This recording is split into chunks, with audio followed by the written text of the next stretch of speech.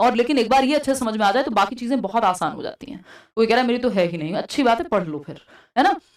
कोई ऐसा दुनिया का परम सुख नहीं मिस कर दिए हो, देख लो आसपास लोगों को लड़ते ही मिलेंगे, रात को आप पढ़ रहे हो सकता है लोग लड़ रहे हो, है ना। मैं ये नहीं कह रही सभी लड़ते हैं, बट ऐसे ही मन को बहला लेना चाहिए, इसको डिफेंस मैकेनिज्म कहते हैं साइकोलॉजी में, है ना। कि जब अपने हाथ में कुछ ना हो तो ऐसे ही दुनिया को बुरा बुरा बोलना चाहिए कि जो है सब खराब है टाइप्स, है ना। लोमड़ी के हाथ अंगूर नहीं आते तो जो है खट्टे नजर आते हैं, इसको रैशनलाइजेशन कहते हैं, if I am not wrong.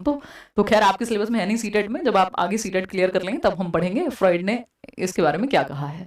चलिए आते हैं, अगर हम बात करें यहाँ फिजिकल डेवलपमेंट यानी शारीरिक विकास की, तो शरीर का जो विकास है, दौड़ना भागना ये सब इसमें आ जाएगा।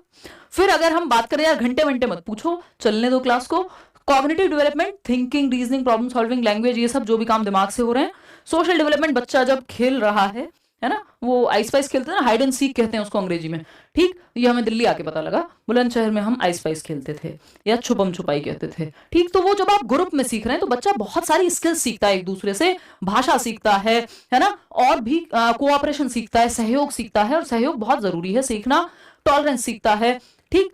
इमोशनल डेवलपमेंट है, आप पहले दिन स्कूल जाते हैं, आप रो रहे होते हैं, फिर आपको समझाया जाता है ना, यहाँ पे एक बच्चे की मदर हैं जो उसको समझा रही हैं, तो इमोशनल डेवलपमेंट है, आपके जो संवेग हैं, 3 इमोशंस जन्म से होते हैं, ऐसा कहते हैं जेबी वॉटसन, फियर, एंगर और लव, यानी फॉल से हम याद रखते हैं fear, anger, love, fear, anger, love, ये 3 इमोशंस हैं जो जन्म से होते हैं, भय, क्रोध और प्रेम। तो इमोशंस कैसे विकसित होते हैं समय के साथ, कैसे डेवलप होते हैं, कि जब आप छोटे होते हैं तो बच्चा जो है खिलौने के लिए भी सड़क पे लेट लेट के रो सकता है, और बाद में आप रोते भी हैं तो शायद दिखे ना किसी को, ठीक है ना। चलिए आगे बढ़ते हैं, तो ये 4 मुख्य प्रकार हैं, और 4 में भी आप 3 ही मानो क्योंकि सोशियो इमोशनल को एक ही साथ काउंट कर लिया जाता है, बाकी सारे विकास के प्रकार इसी में आते हैं। जैसे सोशल डेवलपमेंट में मॉरल डेवलपमेंट आ जाता है, जिसमें कोहलबर्ग की थियरी हम लोग पढ़ेंगे, और कॉग्निटिव डेवलपमेंट में तो आप जितने भी दिमाग की प्रक्रियाएं हैं, फिजिकल में आप गर्लफ्रेंड समझ ही चुके हैं, अभी नेक्स्ट क्वेश्चन उसी पे है, और बहुत बार पूछा भी जा चुका है ना।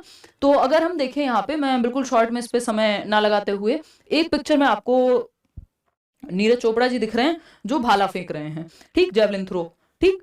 अब ये जब भाला फेंक रहे हैं तो ग्रॉस मोटर है कि फाइन मोटर है, तो सिंपल लिख दिया है मैंने इस बार, ग्रॉस मोटर स्किल में आएगा ये, यानी स्थूल गतिक कौशल, बड़ी मांसपेशियों का प्रयोग जहां ज्यादा हो वो ग्रॉस मोटर है। ग्रॉस का मतलब ये वो नहीं होता जैसे आप सामान लेकर के आए दुकान से, कॉमर्स जिनके पास होगी उनको तो ये समझ आएगा ही, वैसे भी आप समझेंगे। तो 4 चीजें आप लेके आए हैं, कि आप दूध भी लाए हैं, दही भी लाए हैं, पनीर भी लाए हैं, और कुछ और बेसन भी ले आए हैं, धनिया भी ले आए हैं, और फिर सेम जगह से ला रहे हैं तो धनिया मिल जाएगा, चलो मान लेते हैं। तो 4 चीजों का ग्रॉस टोटल करके दे दिया उन्होंने कि भाई ये 20-20-20 और 100 रुपए का टोटल हो गया, है ना। ये ऐसा नहीं है कि एक्चुअल में है, ये इमेजिनरी बातें हैं, काल्पनिक बातें हैं, इनको दिल पे ना लें, ठीक। तो ग्रॉस मतलब बड़ी मांसपेशियों की बात हो रही है, एक बड़े अमाउंट की बात हो रही है जिसमें 4 छोटी छोटी चीजें हैं। तो बिग मसल्स क्या है, आपकी आर्म्स की मसल्स हैं, यानी आपकी बाहों की मसल्स हैं और मांसपेशियां हैं, और आपकी टांगों की मांसपेशियां हैं। तो आपकी आर्म्स और लेग्स की जो मसल्स हैं उनको हम बड़ी मांसपेशियां या ग्रॉस मोटर स्किल्स में वो आती हैं, जब इनका कोऑर्डिनेशन, समन्वय, बैलेंस आप यूज कर रहे हैं, कि आप साइकिल चला रहे हैं तो आपकी टांगे और आपके आर्म्स यूज हो रहे हैं मेजरली, मुख्य रूप से। जब आप स्विमिंग कर रहे हैं तो बड़ी मांसपेशियां ज्यादा प्रयोग में आ रही हैं, जैसे आपकी टांगे और आपकी बाहें, या आर्म्स और आपकी लेग्स, ठीक।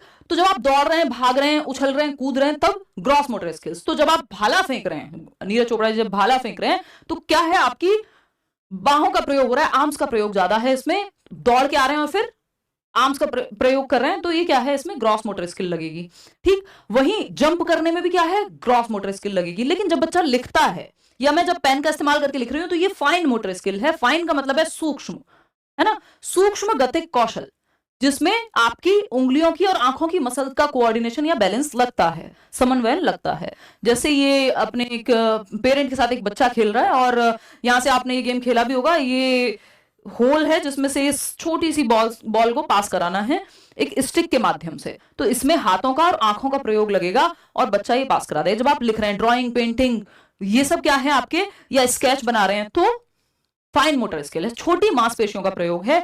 छोटी मांसपेशियों में आपकी हाथों की मसल्स और आपकी आंखों की मसल्स का कोऑर्डिनेशन है। तो इसमें क्या यूज हो रहा है, ग्रॉस मोटर स्किल्स। लेकिन जब किसी बच्चे ने या किसी व्यक्ति ने इस इमेज को देखते हुए उनके भाला फेंकने का स्केच बना दिया। स्केच समझते हैं, स्केच बना दिया। आप लोग बहुत सारे स्केचेस देते हैं मुझे गिफ्ट में, धन्यवाद उसके लिए। ठीक, अब क्या ही करें, आते हैं वापस इसी बात पे, घूम फिर के इधर उधर मैं जाती रहूंगी बीच बीच में, घूम फिर के हमको इधर ही आ जाना है वापस।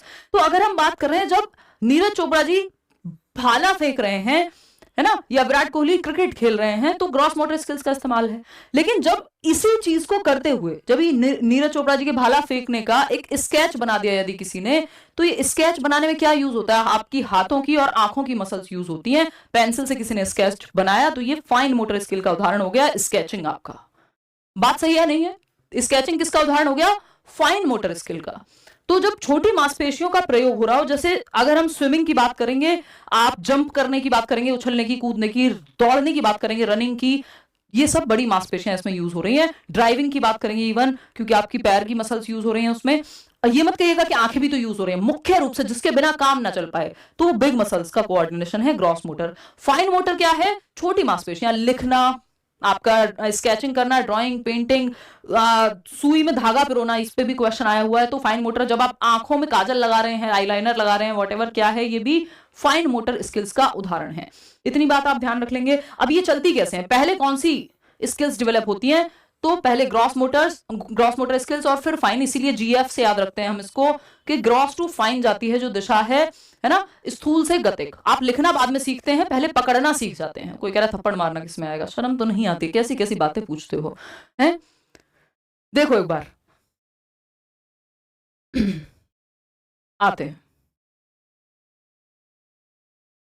ये पेपर में नहीं आएगा, वैसे बता देती हूँ आपके शौक के लिए, है ना। डिपेंड करेगा किस कला से आपने जो है ये कृत्य किया है ना। देखिएगा, वो ग्रॉस और फाइन दोनों आप उसको बना सकते हैं।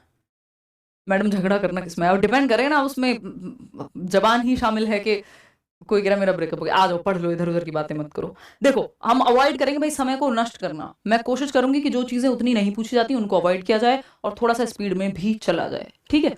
चलिए देखते हैं। तो अगर हम बात करें यहाँ पे, अब हमने फिजिकल की बात कर ली, फिजिकल डेवलपमेंट में हमने ग्रॉस और फाइन मोटर स्किल्स की बात कर ली। मोटर स्किल्स मतलब जो भी गति की, मूवमेंट से रिलेटेड चीजें हैं। कॉग्निशन यानी संज्ञान की जब हम बात करते हैं तो इस पे एक क्वेश्चन आ जाता है। देखिए, थिंकिंग यानी आपका सोचना संज्ञान का संज्ञान के अंदर आएगा। थिंकिंग, रीजनिंग यानी चिंतन और आपका तर्क करना। जब आप रीजन कर रहे हैं तो दिमाग से ही तो करेंगे, सोच रहे हैं तो दिमाग से ही करेंगे। इमेजिन कर रहे हैं, कल्पना कर रहे हैं किसी चीज की, है ना, सपनों के हवा महल बना रहे हैं, तो ये क्या है, कल्पना भी आपकी दिमाग में ही होती है। अटेंशन, जब आप ध्यान देते हैं तो दिमाग से ही तो देते हैं। अटेंशन, आपका चीजों को याद रखना यानी मेमोरी, ये भी तो दिमाग से ही हो रही है ना। परसेप्शन, अनुभूति, आपके जो सेंसेस हैं, 5 सेंसेस से इंफॉर्मेशन ब्रेन तक जाके एक इमेज क्रिएट कर रही है कि कोई चीज आपको अच्छी लगी या कोई चीज गर्म लगी कि ठंडी लगी, तो ये सब क्या है आपके, ये सब दिमाग से ही होने वाली चीजें। इवन भाषा भी तो आपकी दिमाग से ही संबंधित है, तो वो भी कॉग्निटिव डेवलपमेंट का ही पार्ट है, ठीक। ऐसी इसमें बहुत चीजें, प्रॉब्लम सॉल्विंग यानी समस्या का जब आप समाधान कर रहे हैं, आपके सामने कोई क्वेश्चन है और आप उसका समाधान कर रहे हैं, तो आप कॉग्निशन का यूज कर रहे हैं, संज्ञान का यूज कर रहे हैं। ज्ञान के निर्माण की प्रक्रिया है, विकास का दूसरा प्रकार जिसकी हम बात कर रहे हैं। तो thinking, reasoning, problem solving, decision making, जब आप निर्णय ले रहे हैं कोई, है ना, अटेंशन, मेमोरी, परसेप्शन, रीजनिंग, ये सब इसी का पार्ट है कॉग्निटिव डेवलपमेंट का। और इसी पे पियाजे और वाइगोत्स्की ने थियरीज दी हैं, अपने अपने सिद्धांत दिए हैं, ठीक है बात। अब ये मेंटल डेवलपमेंट है या इंटेलेक्चुअल डेवलपमेंट, बौद्धिक विकास भी आप इसको कह सकते हो। इसको 2 भागों में बांटा जा सकता है। अगर आपकी ब्रेन की बात करें हम, तो ब्रेन को 2 हेमिस्फेयर में, 2 गोलार्ध कह लीजिए, में बांटा जा सकता है, लेफ्ट और राइट। राइट ब्रेन आप देख रहे हैं बहुत कलरफुल है, तो इसको क्रिएटिव ब्रेन कहा जाता है, कि बहुत ही जितने भी क्रिएटिव काम है, रचनात्मक काम है, कुछ नया करने काम है, म्यूजिक, आपका पेंटिंग, जितने भी ड्राइंग, व्हाटएवर, जो भी काम क्रिएटिविटी को दर्शाते हैं, वो सब राइट ब्रेन से होंगे। डांस, रंगोली बना रहे हैं। लेफ्ट ब्रेन लॉजिकल ब्रेन कहा जाता है, L for logic. Left brain को लॉजिकल ब्रेन कहते हैं। भाषा जो है आपकी अगर होती होगी तो लेफ्ट में ही पाई जाएगी, मतलब डायरेक्ट खोल के देखोगे तो नहीं मिलेगी ब्रेन में, ठीक। लॉजिक, मैथ्स, साइंस में जो लोग अच्छे हैं तो लेफ्ट ब्रेन का ज्यादा यूज हो रहा है। अगर बच्चा जो है राइट हैंड से लिखता है तो इसका मतलब लेफ्ट ब्रेन यूज हो रहा है, और लेफ्ट हैंड से लिखता है तो राइट ब्रेन यूज हो रहा है। दोनों ही हाथों से लिखे तो भी कोई दिक्कत नहीं है, ये अपने आप में कोई प्रॉब्लम वाली बात नहीं है। एक बार क्वेश्चन आया हुआ है